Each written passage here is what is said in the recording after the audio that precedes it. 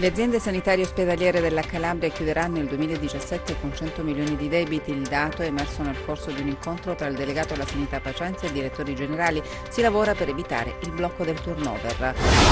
Bilancio di previsione discusso in Commissione Vigilanza, ridotte le spese per il funzionamento del Consiglio e della Giunta regionale, risparmiati 5 milioni di euro, ma resta un bilancio ingessato. La ZES in Calabria sarà operativa prima dello scioglimento delle Camere, lo assicura il governatore Oliverio, prevista una connessione tra Gioia Tauro e l'aeroporto di Lamezia. Avrebbe favorito imprenditori e amici nel trattare cause di lavoro che le riguardavano. Finisce ai domiciliari un giudice in servizio nel Tribunale di Reggio Calabria, l'ordinanza firmata dal GIP di Napoli. Sono stati restituiti i 30 milioni di beni confiscati all'imprenditore alberghiero di Palmi Giuseppe Mattiani, la decisione del Tribunale di Reggio Calabria nell'ambito dell'inchiesta Cosa Mia. Sonora vittoria del Cosenza che batte il Francavilla per 4-1, rende sconfitto ad Andria e la Regina battuta in casa dalla Sicula Leonzio, ha riposato il Catanzaro. Buonasera dalla redazione del TG10. Dunque la sanità in apertura di questa edizione del nostro giornale. Ebbene, le aziende sanitarie e ospedaliere della Calabria chiuderanno il 2017 con 100 milioni di debiti. Il dato è emerso nel corso di un incontro tra il delegato alla sanità Pacienza e i direttori generali. I debiti contratti nell'anno 2017 dalle aziende ospedaliere e sanitarie calabresi ammonteranno al 31 dicembre a poco più di 100 milioni di euro, una soglia che invece potrebbe essere rispettata recuperando sulla fiscalità. È stata una riunione proficua quella tra i direttori generali delle aziende ospedaliere e sanitarie che si sono incontrati a Catanzaro per discutere il futuro della sanità calabrese gravata da 1000 criticità.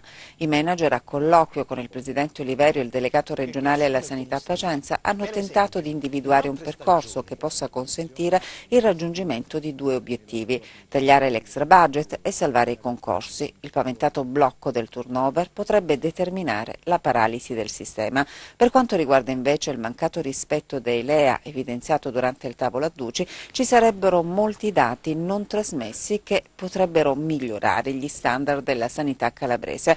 Venerdì è previsto un nuovo incontro. Questa è l'intenzione, però bisognerà vedere come si svilupperà il braccio di ferro in atto tra il governatore e il governo centrale, tutt'altro che rassenerato dopo l'incontro tra Oliverio e la Lorenzin. A proposito della ministra, domani sarà a Rossano, ospite di un convegno in cui si parlerà del futuro della sanità in Calabria e nell'area ionica cosentina. Particolare assai curioso, ma fino ad un certo punto, che all'iniziativa non sono stati invitati né il Presidente della Regione, forse perché in contemporanea è prevista la seduta del Consiglio regionale, può darsi, e nemmeno i manager delle aziende sanitarie ospedaliere di Cosenza. In compenso ci saranno i sindaci del comprensorio.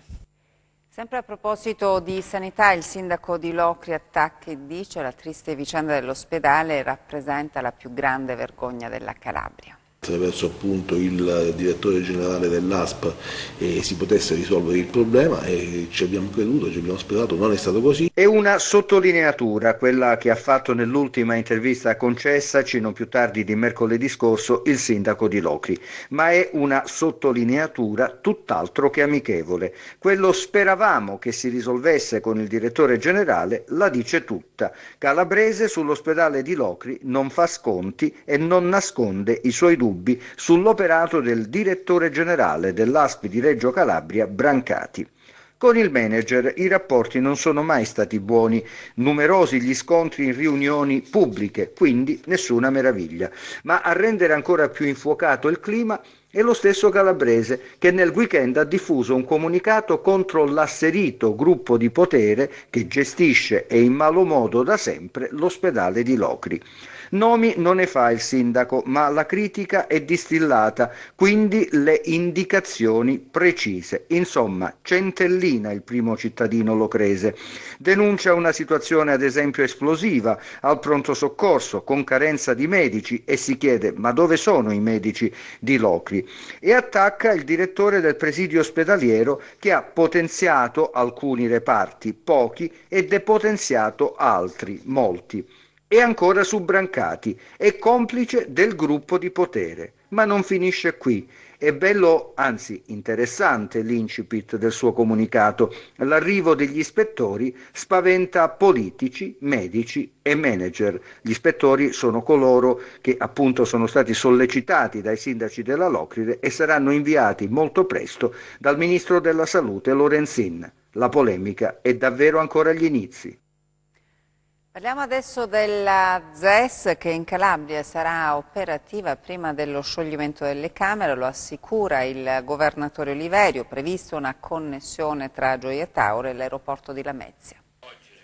La zona economica speciale sarà attiva prima dello scioglimento delle Camere, non ha dubbi il governatore Oliverio che ha convocato la stampa per presentare il contenuto del decreto che il Presidente del Consiglio Gentiloni firmerà nei prossimi giorni, quello con cui sarà varata appunto la ZES in Calabria. Dopo un'intensa interlocuzione con la Comunità Europea, ha spiegato il governatore, si è giunti alla fase operativa con l'approvazione del disegno di legge numero 91 dello scorso mese di giugno e con la definizione del DPCM approvato dalla Conferenza Unificata Stato-Regioni e Autonomie Locali che ha accolto le proposte migliorative e le modifiche riguardano soprattutto l'estensione geografica della ZES che avrà un'estensione superiore ai 2000 ettari, superata così anche la prescrizione che ne limitava i confini a 1400 ettari. Il cuore sarà a Gioia Tauro ma con una ramificazione articolata sul territorio. Sono soddisfatto che le nostre proposte sono state accolte, le nostre proposte migliorative che ci consentono sia in termini di aumento della superficie sia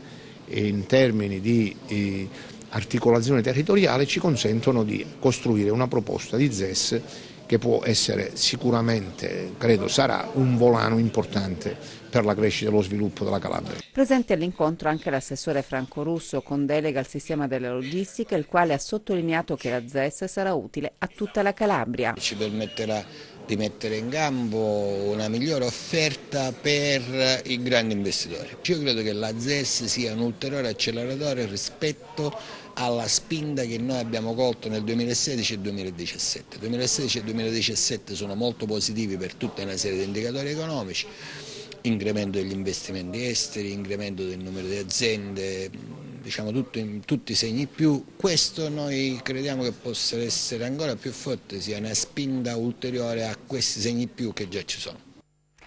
La giornata di oggi è stata caratterizzata anche da un botta e risposta a distanza tra il ministro Calenda e il governatore Oliverio. Il ministro per lo sviluppo economico a Napoli ha detto: l'ho visto una volta per sbaglio, non è mai venuto a dirmi che strumenti abbiamo per far ripartire l'economia. Poi la replica di Oliverio che ha detto: è distratto, il 26 luglio abbiamo firmato il primo accordo per i contratti di sviluppo. Poi in serata il chiarimento con uno scambio di tweet tra il governatore e il ministro.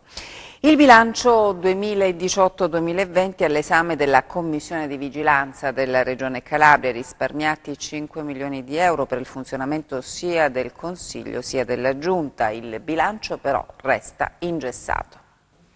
Discusso il bilancio di previsione 2018-2020 in Commissione Vigilanza a Palazzo Campanella, audito il vicepresidente della Giunta Antonio Viscomi. Secondo quanto reso noto al termine dei lavori, le spese per il funzionamento sia del Consiglio che della Giunta sono state ridotte.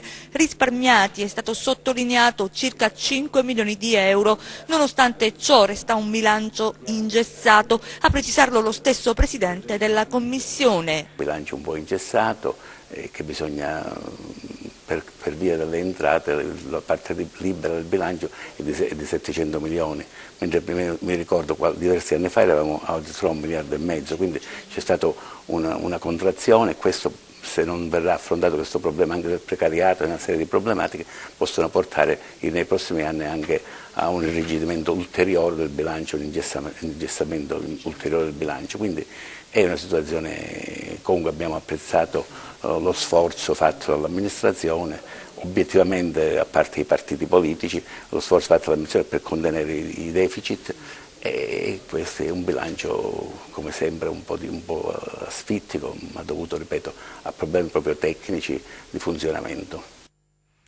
La cronaca adesso avrebbe favorito imprenditori e amici nel trattare cause di lavoro che li riguardavano. Finisce ai domiciliari un giudice in servizio nel Tribunale di Reggio Calabria. L'ordinanza è stata firmata dal GIP di Napoli. Probabilmente non è un fulmine a ciel sereno, perché il giudice Mario Pagano, arrestato a Reggio Calabria oggi e posto ai domiciliari, era stato trasferito dal suo ufficio di Salerno per incompatibilità ambientale. Nella città dello Stretto il magistrato era arrivato nel settembre 2016. Il CSM 5 mesi prima aveva aperto nei suoi confronti un fascicolo. Forse in contemporanea anche la Procura di Napoli aveva avviato un'inchiesta su alcune decisioni del dottor Pagano considerate sospette. Il magistrato, secondo gli indizi raccolti, avrebbe operato affinché alcune cause fossero assegnate a lui, sebbene avesse l'obbligo di astenersi. Lo avrebbe fatto per favorire alcuni imprenditori amici in cambio della corresponsione di somme di denaro a beneficio di una polisportiva nella quale avrebbe avuto interessi diretti e di forniture di impianti per un agriturismo del quale, attraverso una società, sarebbe socio. Con Pagano sono indagate altre 6 persone. Una di queste, il funzionario giudiziario Nicola Domenico Montone, è agli arresti domiciliari. Per 4 imprenditori, Luigi Celeste Angrisani, Riccardo De Falco, Giovanni Di Iura e Roberto Leone, è stato deciso il divieto di dimora a Salerno, mentre per un consulente fiscale, Antonio Piluso, è stato determinato l'obbligo di dimora. La DDA di Catanzaro ha chiesto il rinvio a giudizio per Nazareno Salerno, attuale consigliere regionale, e di altre 16 persone coinvolte nell'inchiesta Robin Hood. Il 20 novembre scorso erano stati revocati i domiciliari per Nazareno Salerno, coinvolto nell'inchiesta Robin Hood che ha svelato un presunto sistema illecito nella gestione dei fondi europei attraverso l'ente in-house Calabria Etica. Adesso la DDA di Catanzaro ha chiesto il rinvio a giudizio per l'ex assessore al lavoro della Regione Calabria, attuale consigliere regionale, che solo alcune settimane fa, dopo che erano venute meno le esigenze cautelari che lo avevano portato prima in carcere e poi agli arresti domiciliari, era tornato a sedere tra i banchi di Palazzo Campanella. Salerno continua a respingere le accuse. Dalle indagini della Guardia di Finanza di Vibo Valentia e del ROS di Catanzaro, lo ricordiamo, è emersa l'esistenza di un presunto comitato d'affari che avrebbe distratto i finanziamenti comunitari vincolati al progetto regionale Credito Sociale, indirizzandoli su conti correnti di società private anche all'estero.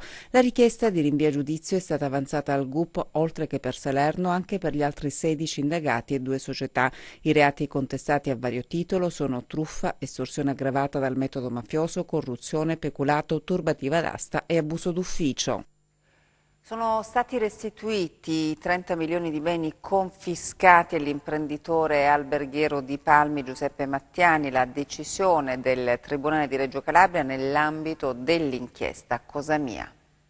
Ribaltato il decreto di confisca dell'intero patrimonio aziendale di Giuseppe Mattiani, imprenditore alberghiero, da decenni impegnato attivamente nella vita istituzionale e politica di Palmi. Accogliendo l'appello degli avvocati, la Corte d'Appello di Reggio Calabria ha revocato il sequestro e la confisca dei beni, oltre che la sorveglianza speciale con obbligo di dimora, disponendo la restituzione di tutto il compendio immobiliare, compresi l'Hotel Gianicolo di Roma e l'Hotel Arcobaleno di Palmi. La proposta per la misura di prevenzione personale patrimoniale aveva avuto origine dalle indagini investigative della DDA di Reggio Calabria relativa al processo Cosa Mia nei confronti della Cosca Gallico e in particolare da alcune intercettazioni tra Giuseppe Gallico, già condannato all'ergastolo, e il suo difensore e i familiari, nel corso delle quali, allo scopo di predisporsi la linea difensiva per l'accusa di estorsione in danno di Giuseppe Pasquale Mattiani, il detenuto faceva riferimento ad appoggi elettorali dati a Giuseppe Mattiani nel contesto delle sue candidature a sindaco del comune di Palmi. Le dichiarazioni di alcuni collaboratori di giustizia aveva poi indotto la procura distrettuale a chiedere e ottenere dal Tribunale di Reggio Calabria il sequestro e poi la confisca dell'intero patrimonio della famiglia Mattiani, stimato dagli amministratori giudiziari in oltre 30 milioni di euro. La Corte d'Appello, riesaminando l'intero incarto processuale, ha ora dato ragione alla difesa, escludendo la pericolosità sociale di Giuseppe Mattiani, che da oggi cessa di essere sorvegliato speciale, ma soprattutto disponendo la restituzione all'istituzione e alla famiglia Mattiani di tutti i beni immobiliari, dei conti correnti della villa e delle case di abitazione dei 2 alberghi e di tutti gli altri cespiti che erano stati sequestrati e confiscati in primo grado. Le altre notizie di cronaca nei nostri 100 secondi. È stato trovato morto Francesco Bruno, l'87enne scomparso l'8 dicembre a Cicala, nel Catanzarese. Il corpo senza vita dell'anziano, individuato da una squadra del Soccorso Alpino Calabria in un'area molto impervia ai piedi di un burrone. Per il suo ritrovamento la prefettura di Catanzaro aveva attivato il piano provinciale per la ricerca di persone scomparse. Il proprietario di un frantoio già noto alle forze dell'ordine è stato arrestato e posto ai domiciliari dai carabinieri di Rizziconi per violazione dei sigilli. L'uomo, sorpreso nel corso di un controllo all'interno della sua attività posta sotto sequestro per violazione delle norme ambientali. Carabinieri e militari della Capitaneria hanno trovato il titolare del frantoio intento a lavorare con i macchinari sequestrati. I carabinieri di Soriano Calabro hanno arrestato un 29enne di Gerocarne per furto aggravato di legname, lo hanno posto ai domiciliari. L'uomo è stato sorpreso mentre con una motosega stava tagliando un albero di castagno nel parco regionale delle Serre senza autorizzazione. Sul posto sono stati trovati 36 tronchi di albero di castagno pronti per essere immessi sul mercato. Intimidazione al Cool Bay, locale sulla costa tirrenica lametina, dove i carabinieri hanno trovato 2 taniche di benzina. Non si sono registrati danni alla struttura, sull'episodio indagano i militari dell'Arma. Cambiamo adesso argomento. L'allungamento della stagione fa registrare un notevole aumento delle presenze alle Terme Luigiane. L'incremento delle prestazioni si ripercuote positivamente sull'occupazione. In posa per la foto un rito per i lavoratori delle Terme Luigiane a fine stagione, 8 mesi di lavoro con un bilancio che fa tirare il fiato, 480.000 prestazioni erogate, circa 40.000 in più rispetto agli anni scorsi. Abbiamo confermato pure le persone extraregionali, anzi c'è stato pure un aumento di questo. E quindi ritengo che la stagione sia stata molto positiva. La stagione termale che si è allungata favorisce un flusso maggiore di presenze, arrivano per lo più dall'estero e da fuori regione. Siamo della provincia di Catania, abbiamo scoperto queste cure così per caso e ce ne siamo innamorati perché le cure sono veramente molto buone. Quest'anno per i dipendenti l'incremento del numero delle giornate lavorative, l'auspicio è che il prossimo anno possa continuare questo trend positivo. Questa stagione tutti quanti siamo riusciti a fare 3 mesi, il che non era scontato. Quest'anno ad ottobre abbiamo avuto un'affluenza maggiore rispetto al solito,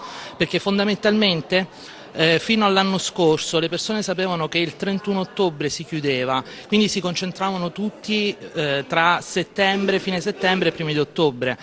Quest'anno no, essendoci stato il precedente dell'anno scorso che abbiamo chiuso il 10 dicembre, quest'anno c'è stata una distribuzione migliore durante ottobre. L'unica speranza che abbiamo per poter essere assorbiti tutti e per poter fare tutti i 3 mesi. L'invito ai calabresi, a quelli cioè che non conoscono lo stabilimento delle Terme Luigiane, sarebbe importante, lasciano trapelare, per sostenere una realtà che aspetta con ansia la definizione della procedura per la trasformazione della concessione delle acque termali, una decisione da cui dipende il futuro di tante famiglie.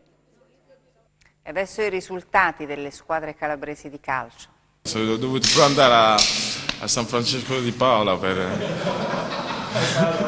veramente, sono andato a pregare tanto, fare tante benedizioni. C'è anche l'aiuto del cielo nella domenica di Allan Baclé, che in astinenza da gol si era rivolto al Santo di Paola per chiedere un po' di fortuna in più, dopo i pali e le reti annullate. Troppa grazia si dirà alla luce della tripletta rifilata da Virtus Francavilla, che ha ribaltato una gara cominciata male, molto male dai rossoblù, per intensità e precisione, e per il casuale vantaggio siglato dai pugliesi con Madonia. I lupi stavolta hanno reagito con il giusto carattere, evitando di sprofondare in un baratro che sembrava un passo. La pressione costante dell'11 di Braglia è stata premiata quasi subito dal pareggio di Baclé, lanciato a rete da Tutino. Poi nella ripresa del sorpasso, la veloce ripartenza che ha liberato la corsa e la gioia del giovane napoletano verso la porta di Albertazzi, superato con un bel diagonale. Il finale, quello descritto, senza Maccarrone, espulso per doppia ammonizione e con il successo messo al sicuro dal boiler francese sul calcio di rigore, nello scambio Mendicino-Baclé, che ha consegnato all'attaccante il pallone del match. Oggi bisogna fare complimenti ai ragazzi, sono stati veramente bravi, a parte i primi 15 minuti,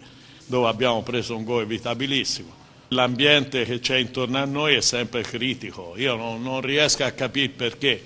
Bellissimo ma inutile il gol di Ricciardo al degli Ulivi di Andria. Il Rende in vantaggio sembra in grado di portare a casa i 3 punti. Resiste al primo assalto ai padroni di casa, ma capitolo al termine della prima frazione, complice un errore di disimpegno. L'Andria apre la ripresa con decisione e trova il gol del vantaggio sul calcio d'angolo con Tiritiello che svetta al centro dell'area. Il Rende si sbilancia e gli uomini di Papagni sfruttano le ripartenze per far male ai biancorossi, che subiscono il 3-1 di Esposito e rischiano ancora nel finale quando Forte si oppone a Menicucci. Debacle della Regina che cede in casa la Sicula Leonzio. L'impatto di Aimo Diana sulla panchina dei siciliani è efficace. Il vantaggio ospite arriva sul calcio di rigore per farlo su Bollino che trasforma dal dischetto. Di Livio prova a reagire, ma la sua conclusione termina sulla traversa. Più fortunato D'Angelo che trova il raddoppio con un potente diagonale. Nella ripresa ancora un legno per gli Amaranto colpito da Solerio e il tris di D'Angelo che chiude il match tra i fischi del Granillo. E adesso il tempo previsto per le prossime ore in Calabria.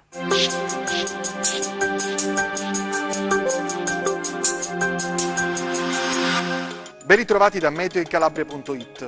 La nuova settimana si apre sotto il segno di un deciso miglioramento sulla nostra regione, con temperature in deciso aumento. Responsabile di questa parentesi mite, il vento da ribeccio, a tratti sostenuto sui nostri litorali, generato in risposta ad una discesa di aria fredda sulla penisola iberica, verso il Nord Africa e il settore occidentale del Mediterraneo. Passiamo alle previsioni in dettaglio. Domani generalmente sereno poco nuvoloso, per velature in transito sull'intero territorio, temperature in ulteriore aumento. Passiamo ora ai mari e ai venti. Domani vento moderato da sud-sud-ovest sul Tirreno con mare molto mosso, localmente agitato il settore più settentrionale. Sullo Ionio avremo libeccio moderato con mare molto mosso il settore centro-meridionale, mosso il golfo di Corigliano. Prima di salutarci vi ricordo il nostro sito web www.meteoincalabria.it e la nostra pagina Facebook Meteo in Calabria. Bene, per oggi è tutto, grazie per la cortese attenzione, appuntamento a domani. E grazie per aver seguito il nostro TG, buona serata.